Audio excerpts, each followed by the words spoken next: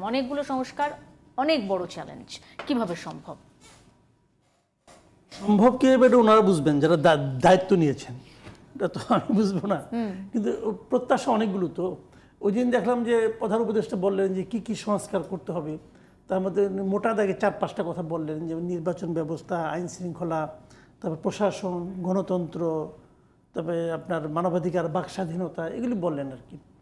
তো মোটা দাগে যে কটাটি বলেছেন এই কটা করলেই হয়।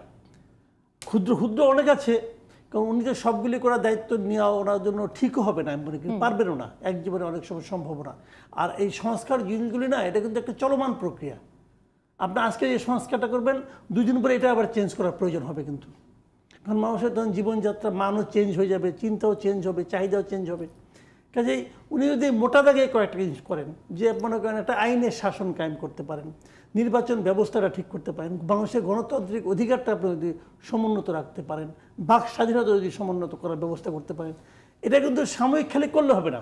মানে এমন একটা সিস্টেম ক্রিয়েট করতে হবে, যে সিস্টেমের মধ্যে একটা মানুষ চাইলেও, যে কথাটা আপনি একটু আগে রতন ভাইকে বলছিলেন, যে একটা মানুষ কখন স্বৈরাচারী হয়ে ওঠে, তো ওই রকম একটা সিস্টেম ক্রিয়েট করতে হবে যার মধ্যে মানুষ চাইলেও কেউ স্বৈরাচারী হয়ে উঠতে না পারে।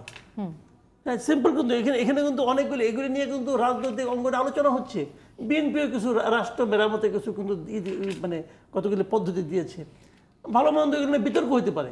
কিন্তু একটা জিনিস আশাবাদের ব্যাপার কি, যে ওনারা চিন্তা করছেন যে একটা রাষ্ট্র এভাবে চলতে পারে না, এটাকে সংস্কার করতে হবে। ওনারা মেরামত করতে চাচ্ছেন, অনেকেই চাচ্ছে, অনেকের পলিটিক্যাল পার্টির আদর্শটা এরকম যে এইভাবে চলবে না, এটা চেঞ্জ করতে হবে।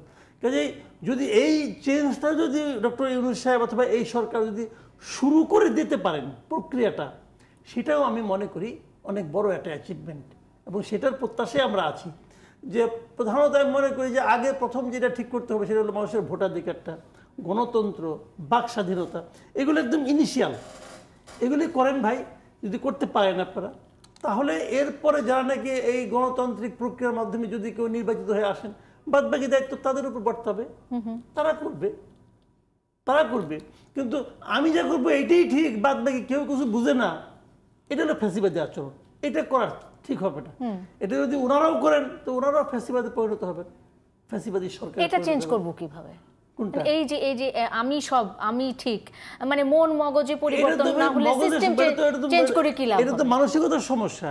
এই সমস্যার ঊর্ধ্বে উঠতে হবে। যদি না উঠে ঠিক করার পদ্ধতি আছে না, টাইনা মানুষ টাইনা নামাবে, গলা গামছা দিয়ে নামাবে, ওইটাও চিকিৎসা। মায়ের চিকিৎসা নেই, এটা তো আছেই, অনেক আগে তো সবাই জানে, এটা চিকিৎসা হয়ে যাবে, সমস্যা নেই।